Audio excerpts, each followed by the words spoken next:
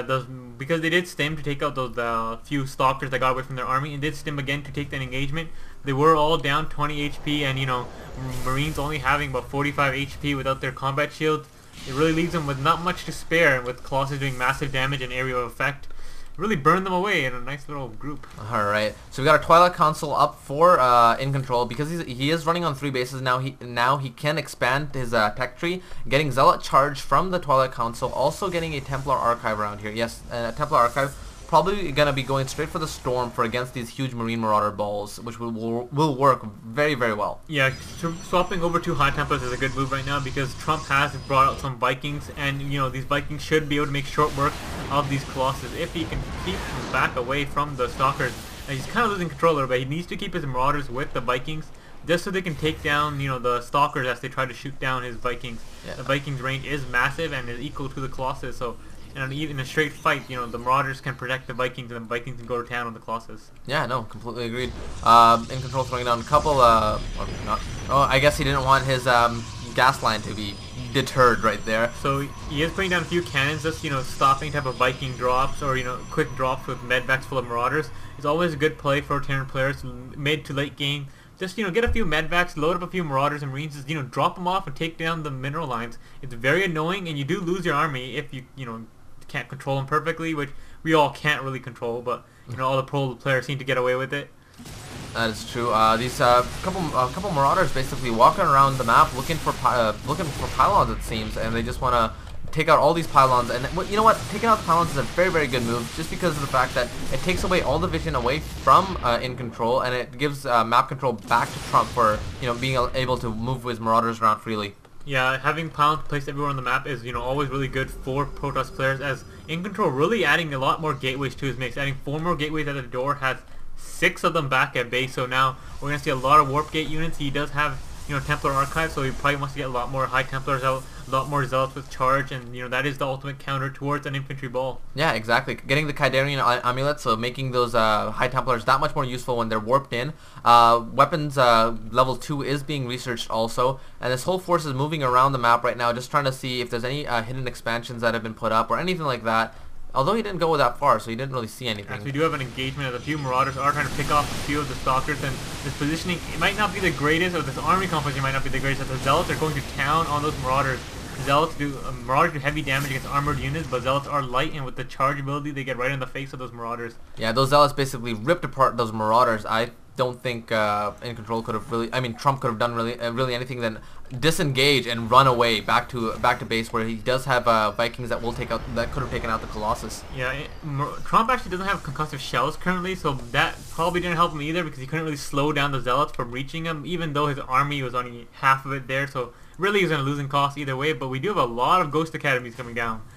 With one nuke being researched, no. One nuke being researched, and also cloak for his ghosts. No Mobius reactor yet. There are some ghosts in production, and probably a few more on the field already, as these Vikings land and did stop this expansion from going up. The Vikings, quite a few of them now, as those Colossus kind of getting a little bit too far ahead of themselves, engaging those Vikings when they can't really shoot that high up. Yeah, no, the Colossus can't shoot the Vikings at all, and they decided to walk literally head first into the Vikings. The Stalkers were way too late, were not able to take down any Vikings, and INcontrol lost a lot more units, or lost a lot more than he should have, which is that one Colossus. Yeah, I think that falls for INcontrol right there. A little bit more of a one control group syndrome. If you can look, his number 2 seems to be all his army, and not setting up proper hockeys to kind of separate your army a little bit. You do lose control every so often, and units that run in that shouldn't be running in will go. No, that's completely true. INcontrol deciding, okay, you know what? If you're gonna send Vikings at me, I'm gonna have a bajillion cannons to protect my base. His gold expansion should get up and running and get him that advantage that he really, really needs. Yeah, with that gold expansion kicking in, you can get a lot more Zealots out, and Zealots are really effective right now with the army composition that Trump is using. But those ghosts and nukes, those cannons don't really do much against those. No, not at all. Oh, we do have a nuclear launch detected right now. Is this going to actually hit at all. No, those probes are running away, and there's another ghost coming up this way. And that one gets shot by another cannons, and doesn't look like there are any probes there for him to take down, but he will be able to land a nuke and boom on the, not really any damage, but it still looks cool. And that was basically it. This ghost sitting here with no cloak at all, trying to nuke over here, and these stalkers will get a chance to come in and pick it off. Yeah, not having cloak is never a good idea to nuke. Kind of wish to nuke, but nukes are pretty cheap, and this mid game you have lots of money to work with. Oh yeah, I get INcontrol with 1600 and 800 respectively. He only has 50 energy on this ghost. He should decloak, move it, and then cloak it when he wants to get the nuke off, but it's not going to work out for him, I don't think. Yeah, he has about 5 seconds to drop that nuke before his energy runs out, and this cloak will disengage, as he has a drop in INcontrol's base. He did load up a few marauders and did try to snipe a few buildings, but his army came back and it will shoo away. I don't think any buildings went down, just a few marauders died. I think it was only a couple marauders that were lost right there. There's actually no minerals here, so this is an unsaturated base right now. So dropping in here, other than taking down the production facilities, isn't going to help out too much. You know, coming around back here and taking out all the probes here would be very, very helpful for Trump. So it looks like we do have a fleet beacon coming in. We do have Void Ray speed being upgraded, or just finished being upgraded. Air weapons +1s being researched, as INcontrol does have his +3s for ground weapons, and he's really taking his toll on those upgrades. As I don't think Trump really has taken any. Just getting his upgrades right now, but actually these Vikings are doing an awesome job against all these Colossus on the base. Yeah. and all over the map. I don't think there's any more Colossus left on the map, if I'm not mistaken. Yeah, there's no more Colossus. These Vikings did their job. They've gone home. They've got the kills that they needed.